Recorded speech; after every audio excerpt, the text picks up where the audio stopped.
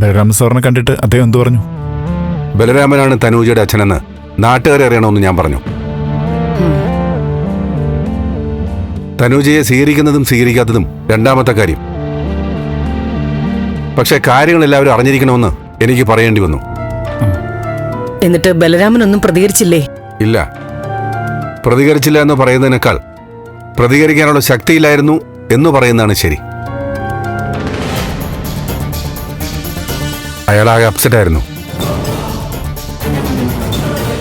സത്യം പറഞ്ഞാ പാവം തോന്നി. പാവം തന്നെയാ. പക്ഷേ എന്ന് പറഞ്ഞിട്ട് കാര്യമില്ല സിദ്ധു. നമ്മുടെ അവസ്ഥയും കൂടി നോക്കണ്ടേ? മാഡം പറഞ്ഞു തന്നെ ശരി. സഹായം ചെയ്യാം. പക്ഷേ സഹായം ചെയ്യുന്നവരുടെ അവസ്ഥ സഹായം കിട്ടുന്നവരും കൂടെ ഒന്ന് ആലോചിക്കണ്ടേ? അതെ, എന്തായാലും സിദ്ധു അവിടെ പോയി അങ്ങനെ ചെയ്തത് നന്നായി. രജനി ഇതറിയുമ്പോ സന്തോഷിക്കും. ഇനി നിയമപരമായി തന്നെ കാര്യങ്ങൾ നടക്കണം. പോലീസ് നേരത്തെ തന്നെ എത്തേണ്ടതായിരുന്നു. ഇതുവരെയായിട്ടും വന്നിട്ടില്ലല്ലോ. അവർ വരില്ല ഗിരീഷ്.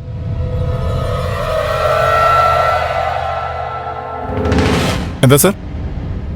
ഞാൻ സ്റ്റേഷനിൽ വിളിച്ച് തൽക്കാലം അവരെ ബ്ലോക്ക് ചെയ്തു.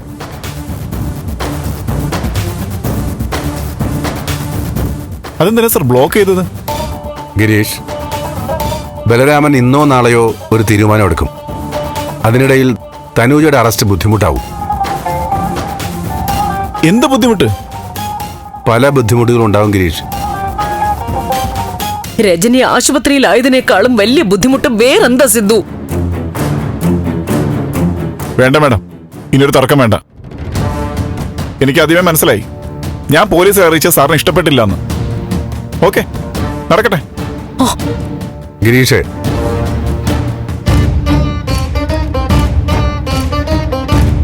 പറയണം സർ. വല്ലാത്തൊരവസ്ഥയിലാണ് ഞാൻ. മനസ്സിന് ഒരു സമാധാനവും കിട്ടുന്നില്ല.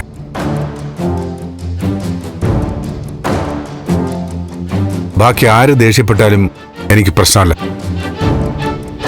പക്ഷേ ഗിരീഷ് പരിഭവിച്ച എന്റെ മനസ്സിനി ഉലഞ്ഞു പോവും. ഞാൻ ചെയ്തത് തെറ്റാണ്.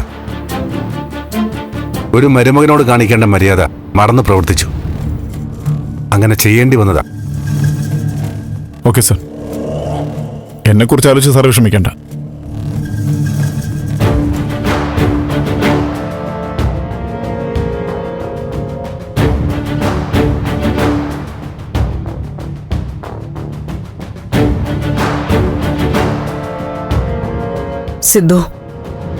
സിദ്ധു ഈ ചെയ്തത് ശരിയാണോ? അതെ, അത് തന്നെയാണ് എന്റെ ശരി.